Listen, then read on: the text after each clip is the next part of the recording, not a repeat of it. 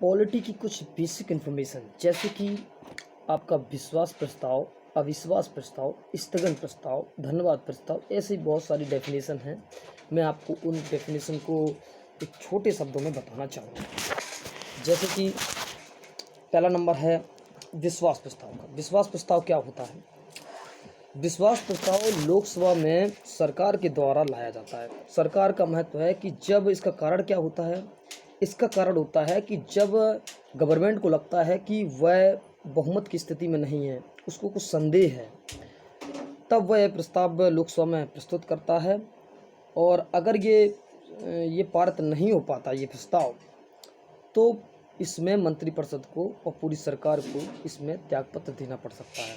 तो ये प्रस्ताव पारित होना जरूरी होता है और इसका कारण होता है कि उन्हें संदेह होता है कि उनका शायद ही बहुमत लोकसभा में नहीं है। तो ये तो रहा आपका विश्वास प्रस्ताव। अब क्या होता है अविश्वास प्रस्ताव? क्या होता है अविश्वास प्रस्ताव? का कारण होता है कि इसे विपक्ष के किसी सदस्य द्वारा लोकसभा में प्रस्तुत किया जाता है और लोकसभा के कम से कम 50 सदस्यों द्वारा इसका समर्थन प्राप्त होना चाहिए। और यदि यह प्रस्ताव भी अगर पारित हो जाता है तो इसमें भी सरकार को त्यागपत्र देना ज़रूरी हो जाता है और दे देता है।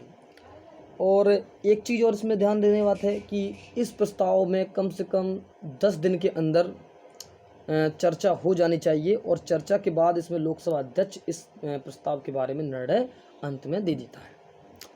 अब आते स्थगन प्रस्ताव। स्थगन प्रस्ताव क्या होता है?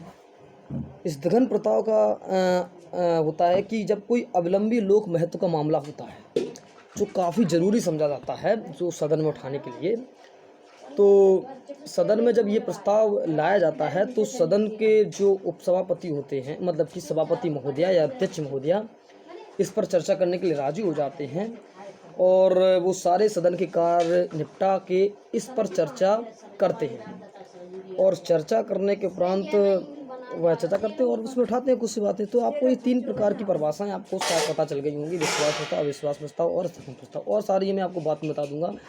मेरी तरह बॉडी बनाते रहें।